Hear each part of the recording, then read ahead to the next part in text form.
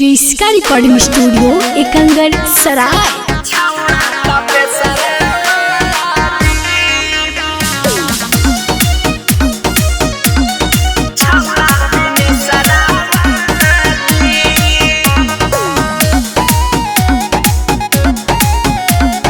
Presented by Kriska films.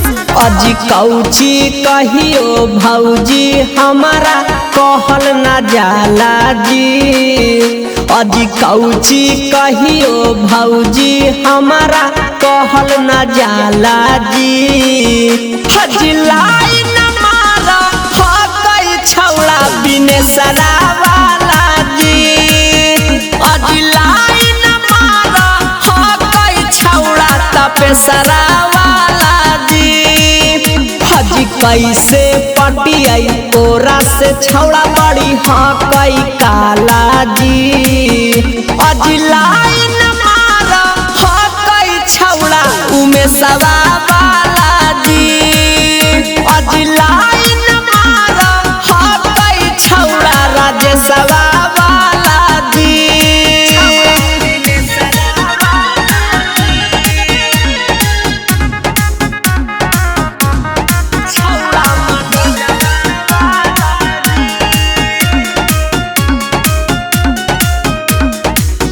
अजी जाही ओकर गलिया बोलाबे कही मलिया भौजी रे भौजी। देखियो ठललिया सम्हारे अपन बलिया भौजी रे भौजी।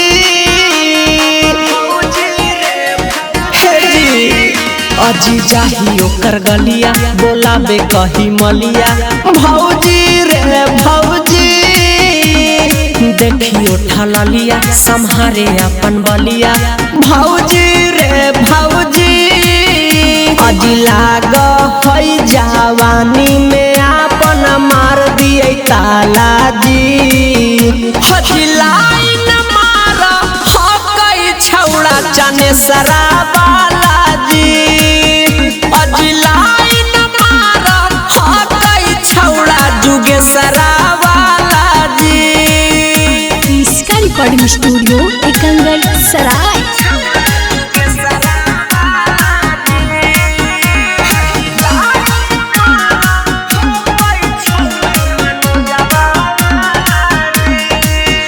अजी राजा रौशनमा के बहकल है मनमा भौजी रे भौजी। अजी डीजे कुंदनमा निहारे बदनमा भौजी रे भौजी।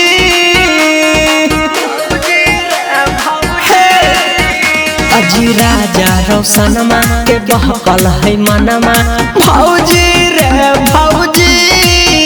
अजी डीजे कुंदनमा निहारे बदनमा भौजी रे भौजी। बरह बड़ी खीस लागई मार दिए भाला जी। हजी लाइन मार हो गई छौड़ा मनो जवावाला जी। अजी लाइन मार हो गई छौड़ा दिने सवावाला जी। क्रिस्का रिकॉर्डिंग स्टूडियो एकंगर सराय।